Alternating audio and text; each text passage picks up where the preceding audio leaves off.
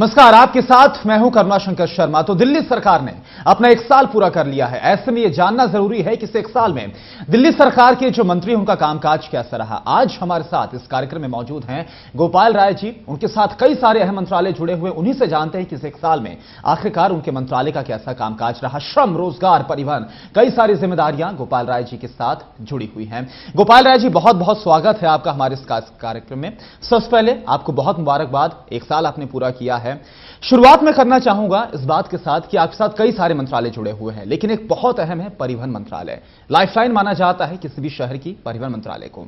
ऐसे में transport system की अगर बात की जाए, कितना बदलाव आप ला पाए हैं पिछले 1 साल के दरमियान ट्रांसपोर्ट सिस्टम में? देखिए, दिल्ली के अंदर जो ट्रांसपोर्ट की समस्या थी, जिस तरह से दिल्ली के लोगों की सांसों पर जो संकट है प्रदूषण का, उसमें व्हीकल पोल्यूशन का एक मेजर रोल है। दूसरा, पूरा दिल्ली वासी जिस तरह से जाम की समस्या से जूझ रहा है, उससे समाधान निकालना एक बड़ी चुनौती थी। लेकिन हमने जब दिल्ली में परिवहन मंत्रालय को संभाला तो हमने इसका काफ़ी गहन अध्ययन किया कि आखिर इस समाधान कैसे निकाला जा सकता है। और उसको लेकर के हमें 2 बात समझ में आई कि एक तो पब्लिक ट्रांसपोर्ट सिस्टम को बेहतर करना ज़रूरी है, साथ ही साथ दिल्ली के लोगों का जो माइंड सेट है, जो सोच है परिवहन को लेकर के, यातायात को लेकर के, आने जाने को लेकर के, गाड़ियों को लेकर के, उसको बदलने की ज़रूरत है।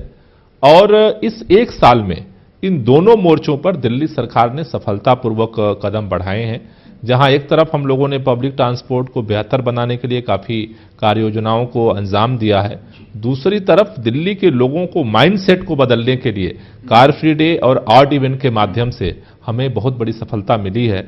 और अब हम जिस मुकाम पर खड़े हैं कि 1 साल बाद जब दूसरे साल में हम प्रवेश कर रहे हैं, दिल्ली के पूरे ट्रांसपोर्ट सिस्टम को एक क्रांतिकारी बदलाव की तरफ 1 साल में हमने करने का लक्ष्य बनाया है।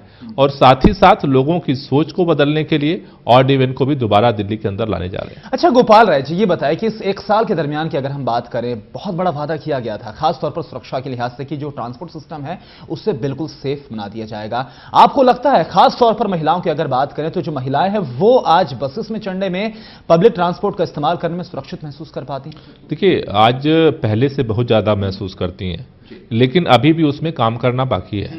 अभी हमने दिल्ली के अंदर 3,500 से ज़्यादा बसों में आज हमने मार्शल तैनात कर दिए हैं, लेकिन वो अभी एक शिफ्ट में काम करते हैं, इवनिंग के शिफ्ट में काम करते हैं। इस साल हमारा लक्ष्य है कि हम सुबह और शाम दिल्ली की सारी बसों में मार्शल्स का जो नियुक्ति का काम है उसको हम पूरा कर देंगे। दूसरा, दिल्ली के अंदर सीसीटीवी कैमरा, वाईफाई और जीपीएस सिस्टम, ये 3 इंपॉर्टेंट फैक्टर हैं जो पूरे ट्रांसपोर्ट सिस्टम को सुरक्षित बनाते हैं, लोगों को सुविधाजनक बनाते हैं।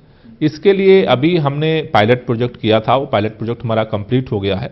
10 बसों का हमने पायलट प्रोजेक्ट कंप्लीट कर लिया है और इस महीने हम सारी बसों के लिए टेंडर करने जा रहे हैं।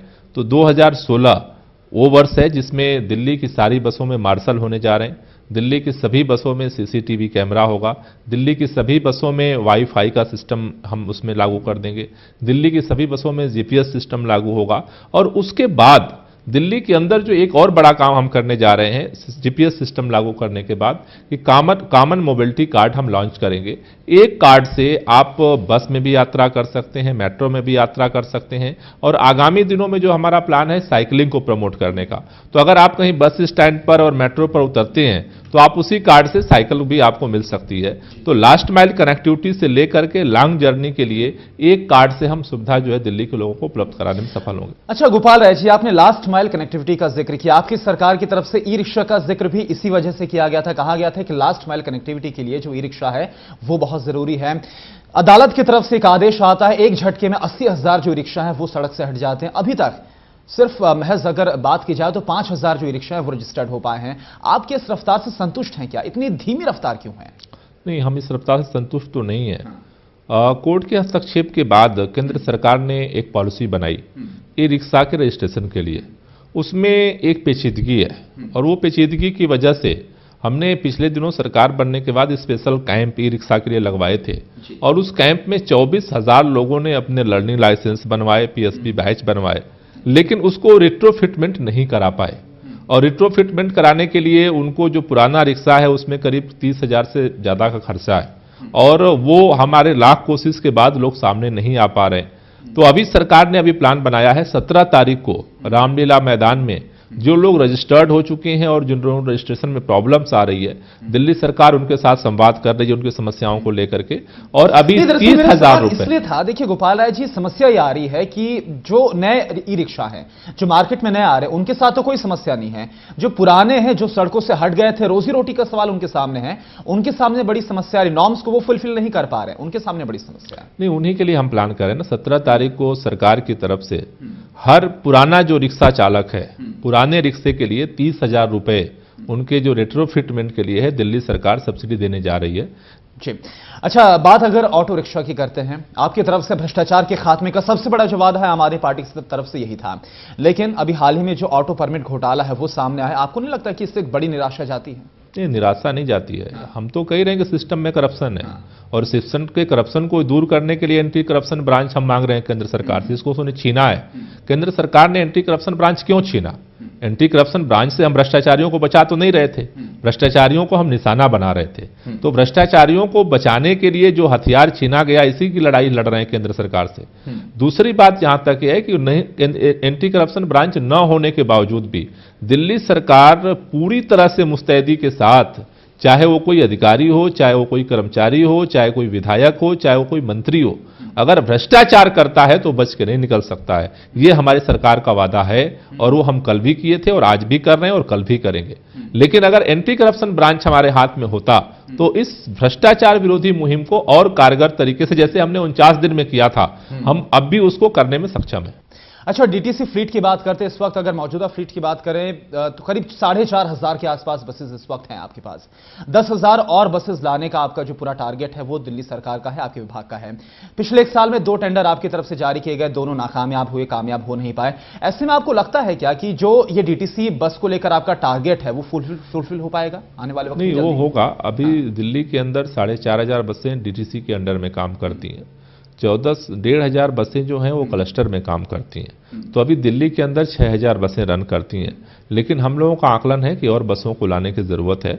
अभी पहले चरण में 2016 में हमने 3,000 बसों को लाने का प्लान किया है। 1,000 बसें अभी मई जून में जो है वो लाने जा रहे हैं हम क्लस्टर सिस्टम में। उन बसों का टेंडर हो चुका है। डिपोज 6 डिपो नए बना रहे हैं और उसमें वो 1,000 बसें आएंगी। डीटीसी के अंडर में 1,000 और बसों का हमने अभी कैबिनेट नोट तैयार किया है और अगस्त सितंबर के बाद वो बसें आना शुरू होंगी। तीसरा, एक स्पेशल कैटेगरी दिल्ली में हम लाने जा रहे हैं प्रीमियम बसों का। जो प्रीमियम बसों में आप घर बैठे, जो हम कार छोड़ने की मुहिम चला रहे हैं, तो आप घर बैठे सीट बुक कर सकते हैं। उसमें स्टैंडिंग के लिए नहीं होगा, उसका फेयर ज़्यादा होगा उन बसों का, लेकिन आपको सारी सुविधा उस बस में मिलेगी, आपको सीट आपकी रिजर्व होगी और आप अपने कार छोड़ करके आप दिल्ली के जाम और पोल्यूशन फ्री करने में सहयोग कर सकते हैं। उनके लिए हम जो प्लान कर रहे हैं वो दिसंबर तक वो हमारी 1,000 बसें आएंगी। तो नवंबर दिसंबर तक अगर हमारे पास 3,000 बसें दिल्ली की फ्लीट में हम जोड़ेंगे, जिससे कि जो अभी हम महसूस कर रहे हैं, जो अभी ऑड इवन हमने लागू किया था कि 3,000 बसें अगर दिल्ली की सड़कों पर हों तो हम इस ऑड इवन को परमानेंट तरीके से और सुचारू रूप से हम चला सकते हैं। अच्छा, आप एक काफी बड़ी फ्लीट को डीटीसी में शामिल करने के बारे में जो प्लान करें, 10,000 बसेस को जोड़ने का टारगेट, जैसा आपने कहा कि बहुत जल्द करीब 3,000 बसेस इस बेड़े में शामिल भी हो जाएंगी, लेकिन क्या इसके लिए जो डिपो के लिए जमीन है, एक बहुत बड़ा मसला है बस डिपो का, तो इसके लिए कुछ प्लानिंग है क्या सरकार की? कहां पर खड़ी होंगी ये बसें? प्लानिंग तो सरकार के पास सब कुछ है, जमीन का संकट है। क्योंकि दिल्ली सरकार के पास लैंड की जो ओनिंग है वो नहीं है, वो डीडीए के पास है। तो इसलिए डीडीए के साथ, केंद्र सरकार के साथ भी लगातार हम संवाद कर रहे हैं। और अभी जो है पहले चरण में जो हम 3,000 बसें लाने जा रहे हैं, इन 3,000 बसों के लिए हमने डिपो की ज़मीन को तो हमने तैयार आइडेंटिफाई कर लिया है। और जैसा मैंने कहा कि 6 डिपो बन रहे हैं, 5 डिपो जो प्रीमियम बसों के लिए हमें अतिरिक्त चाहिए, उसके लिए भी हमने ज़मीन जो है आइडेंटिफाई कर लिया, उसका प्रोसेस कर रहे हैं। लेकिन 10,000 बसों के लिए हमें ज़मीन और चाहिए और निश्चित रूप से इसमें जो है केंद्र सरकार के साथ, डीडीए के साथ हम लोग संवाद में हैं कि वो ज़मीन हमें मुहैया कराएं, क्योंकि अल्टीमेटली ये कोई व्यक्तिगत कार्य नहीं है।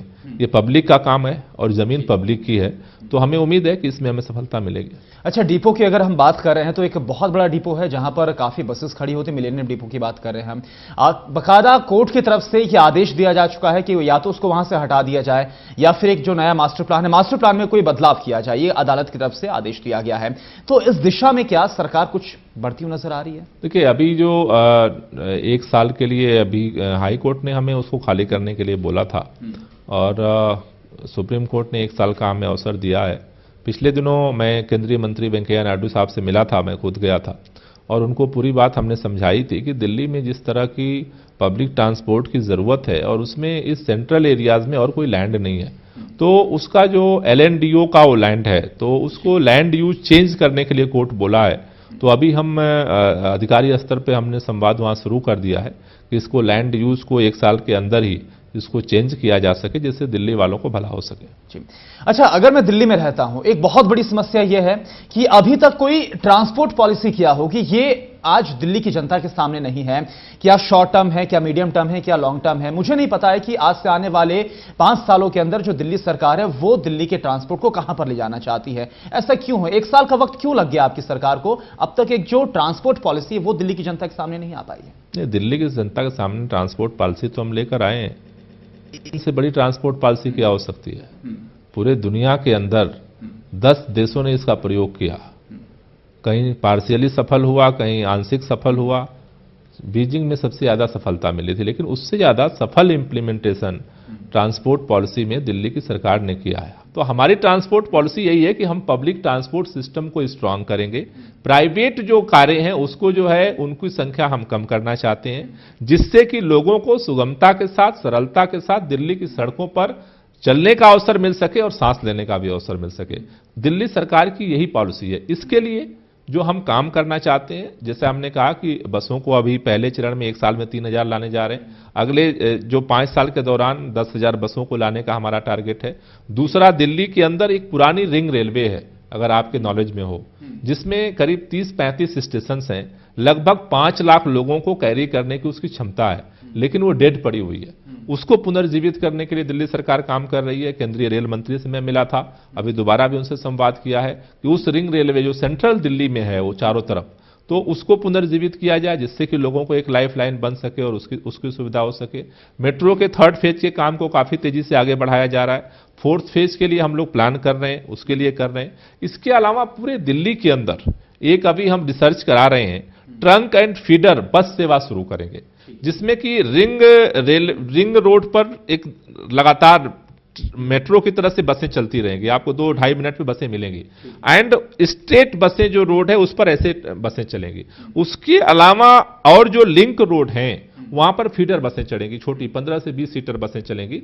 आपको ऐसे जैसे मेट्रो चल रही है, अब आप मेट्रो स्टेशन से उतरते हो तो आपको कोई दूसरे साधन पकड़ना पड़ता है, तो उसी तरह से बसों का भी एक जाल, एक नेटवर्क दिल्ली के अंदर हम खड़ा करेंगे, ट्रंक फीडर बसों का, जिससे कि लोगों को आगामी दिनों में फास्ट बस सेवा मिल सके। तीसरा जो आगामी का प्रयोग जो हम लोग कर रहे हैं, लॉन्ग टाइम जो प्रयोग कर रहे हैं, वो एलिवेटेड BRT कॉरिडोर बनाने का कर रहे हैं।